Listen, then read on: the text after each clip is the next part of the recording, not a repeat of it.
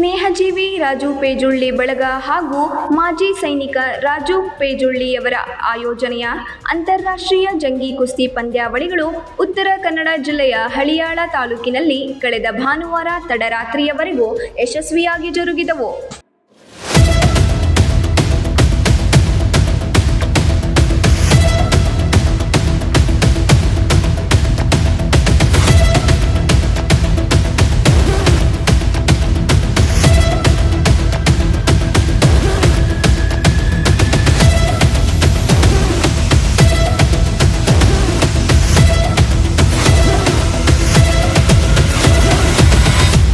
ಹಳಿಯಾಳದ APMC ಎದುರಿನ ಖಾಸಗಿ 8 ಎಕರೆ ಜಮೀನಿನಲ್ಲಿ ಅಂತಾರಾಷ್ಟ್ರೀಯ ಕುಸ್ತಿ ಪಂದ್ಯಾವಳಿಗಳು ಜರುಗಿದವು. ಬರೋಬ್ಬರಿ 1 ಕೋಟಿ ರೂಪಾಯಿ ವೆಚ್ಚದಲ್ಲಿ ಆಕರ್ಷಕ ಬಹುಮಾನಗಳನ್ನು ಗೆದ್ದವರಿಗೆ ನೀಡಲಾಗಿತ್ತು.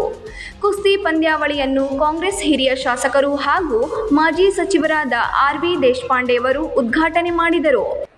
ನಿಜವಾಗಿ ಹಳ್ಯಾಳ ತಾಲೂಕಿನ ಕುಸ್ತಿ ವಿಚಾರದಲ್ಲಿ ಇದು ಒಂದು ಐತಿಹಾಸಿಕ ದಿನ. ಸುವರ್ಣ ಅಕ್ಷರದಿಂದ ಬರ್ತಕ್ಕಂಥ ದಿನ. ಶ್ರೀ ರಾಜೀವ್ ಪಿಜೋಳಿ ಅವರಿಗೆ ಪ್ರಶಂಸೆ ಮಾಡಲಿಕ್ಕೆ ನನ್ನ ಕಡೆ ಶಬ್ದಗಳು ಇಲ್ಲ.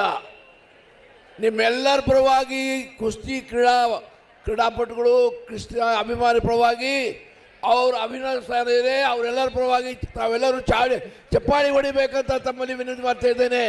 ಜೋರ್ಲೆ ಚಪ್ಪಾಳಿ ಆಗಬೇಕು ರಾಜು ಅವರಿಗೆ. ಕಾರ್ಯಕ್ರಮವನ್ನು ಉದ್ಘಾಟಿಸಿ ಮಾತನಾಡಿದ ಸಚಿವರು ಮಾಜಿ ಸೈನಿಕ ಜಂಗಿ ಕುಸ್ತಿ ಆಯೋಜಕರಾದ ರಾಜು ಮಾರುತಿ ಪೇಜುಳ್ಳಿಯವರ ಸ್ಪೋರ್ಟ್ಸ್ ಪ್ರೇಮ ಶ್ಲಾಘಿಸಿದರು. ಅಲ್ಲದೆ ರಾಜು ಅವರು ನಿರಂತರವಾಗಿ ಕುಸ್ತಿ ಹಬ್ಬ ಆಯೋಜನೆ ಮಾಡಬೇಕು. ಅವರಿಗೆ ನಾವು ಬೆಂಬಲವಾಗಿರುತ್ತೇವೆ. ತುಂಬಾ ಅಚ್ಚುಕಟ್ಟಾಗಿ ನಮ್ಮ ದೇಶದ ಗ್ರಾಮೀಣ ಕ್ರೀಡೆ ಆಯೋಜನೆ ಮಾಡಿದ್ದಾರೆ. ಇತ್ತೀಚಿನ ದಿನಗಳಲ್ಲಿ ಗ್ರಾಮೀಣ ಕ್ರೀಡೆಗಳು ಮೊಬೈಲ್ ಯುಗದಲ್ಲಿ ಕಾಣೆಯಾಗುತ್ತಿವೆ.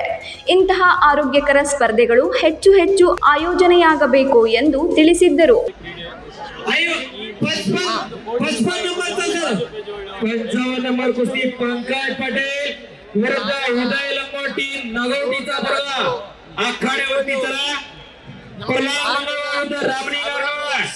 मोनाल पटेल रशिया विरुद्ध बाळू इंद्रेळी, मंजुनाथ दावणगे विरुद्ध किरण देसाई, वीरेश यादव विरुद्ध उमेश बेविमट्टी, सुलेमान देवकर विरुद्ध रोहित कोल्हापूर, खाजा धारवाड विरुद्ध अभिषेक पवार, रोहन तत्वनगीर विकास चाबगाव, मुल्ली दावणगे विरुद्ध सतीश येळवा, ज्योतिबा वामरे विरुद्ध निलेश इरगुडे, कुलदीप महाराट विरुद्ध अल्ताफ कर्जगी, दयानंद इंगळे विरुद्ध ಜೊತೆಗೆ ಇನ್ನೂ ಸ್ಪರ್ಧೆ ಮುಖ್ಯ ಬಹುಮಾನಗಳಾದ ಮಹೀಂದ್ರ ಥಾರ್ಗಾಗಿ ಹೆಸರಾಂತ ಕುಸ್ತಿಪಟುಗಳಾದ ಸಿಕಂದರ್ ಶೇಖ್ ಹಾಗೂ ಪೃಥ್ವಿರಾಜ್ ಪಾಟೀಲ್, 2ನೇ ಬಹುಮಾನ ರೈತ ಮಿತ್ರ ಟ್ರ್ಯಾಕ್ಟರ್ಗಾಗಿ ಮಹೀಂದ್ರ ಗಾಯಕ್ವಾಡ್ ಹಾಗೂ ಮಿರ್ಜಾ ಇರಾನ್ ಸೆಣಸಾಟ ನಡೆಸಿದರು.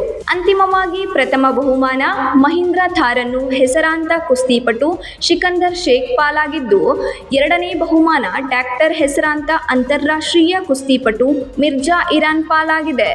ಇನ್ನುಳಿದಂತೆ ಮಹಿಳಾ ವಿಭಾಗದಲ್ಲಿ ನಂಬರ್ 1 ಕುಸ್ತಿಯು ಸೋನಾಲಿ ಮಡಲಿ ಪಾಲಾಗಿದ್ದು, ಬುಲೆಟ್ ಹಾಗೂ ಸ್ಪೆಂಡರ್ ಸೇರಿ ಸ್ಕೂಟಿ ವಾಹನ ವಿಜೇತ ಕುಸ್ತಿಪಟುಗಳಿಗೆ ವಾಹನಗಳ ನೀಡಲಾಯಿತು. 9 ಲೈವ್ ನ್ಯೂಸ್ ಹಳಿಯಾಳ.